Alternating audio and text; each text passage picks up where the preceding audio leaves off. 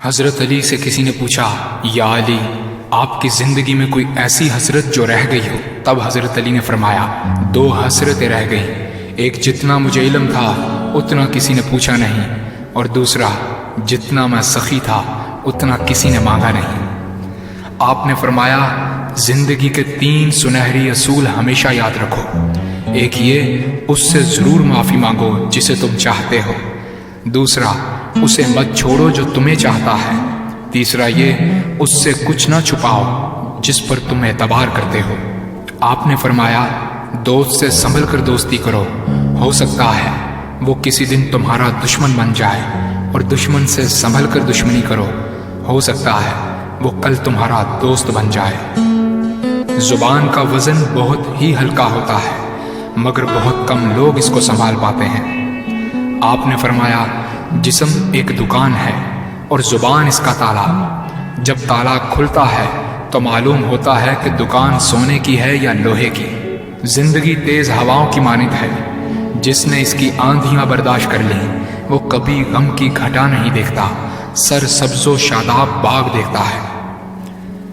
حضرت علی سے کسی نے پوچھا، یہ کیسے پتا چلے گا کہ جو پریشانی یا مصیبت ہم پر آئی ہے وہ اللہ کی طرف سے آزمائش ہے یا ہم پر اللہ کی طرف سے سزا ہے؟ آپ نے جواب دیا، جو مصیبت تجھے اللہ کی طرف لے جائے وہ آزمائش ہے، اور جو مصیبت تجھے اللہ سے دور کر دے وہ سزا ہے۔ حضرت علی کے پاس ایک یہودی آیا اور کہا، میں نے سنا ہے کہ آپ مسلمان جب عبادت کرتے ہو تو وسوسے اور خیالات آتے ہیں، جبکہ ہم عبادت کرتے ہیں تو ہمیں نہیں آتے۔ حضرت علی نے جواب میں فرمایا، اگر ایک گھر فقیر کا ہو اور ایک گھر امیر کا تو چور کہاں جائے گا؟ یہودی نے کہا، امیر کے گھر میں۔ حضرت علی نے فرمایا، تبھی تو شیطان ان کو ستاتا ہے جن کے دل میں اللہ ہو۔ جن کے دل میں اللہ کی محبت نہیں ہوتی وہاں شیطان کا کیا کام؟ آپ نے فرمایا، جب تمہاری جان کو خطرہ ہو تو صدقہ دے کر جان بچاؤ، اور جب تمہارے دین کو خطرہ ہو تو جان دے کر دین بچاؤ۔ آپ نے فرمایا، یہ زندگی 2 دن کی ہے، ایک تمہارے حق میں اور دوسرا تمہارے مخالف۔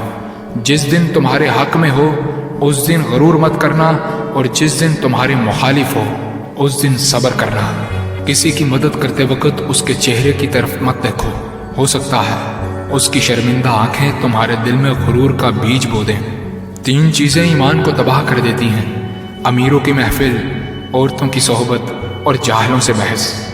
حضرت علی نے فرمایا، جانور میں خواہش اور فرشتے میں عقل ہوتی ہے، مگر انسان میں اللہ پاک نے دونوں رکھی ہیں۔ اگر وہ عقل دبا لے تو جانور، اگر خواہش کو دبا لے تو فرشتے کی مانند ہو جاتا ہے۔ آپ نے فرمایا، اپنے جسم کو ضرورت سے زیادہ مت سنوارو، اسے تو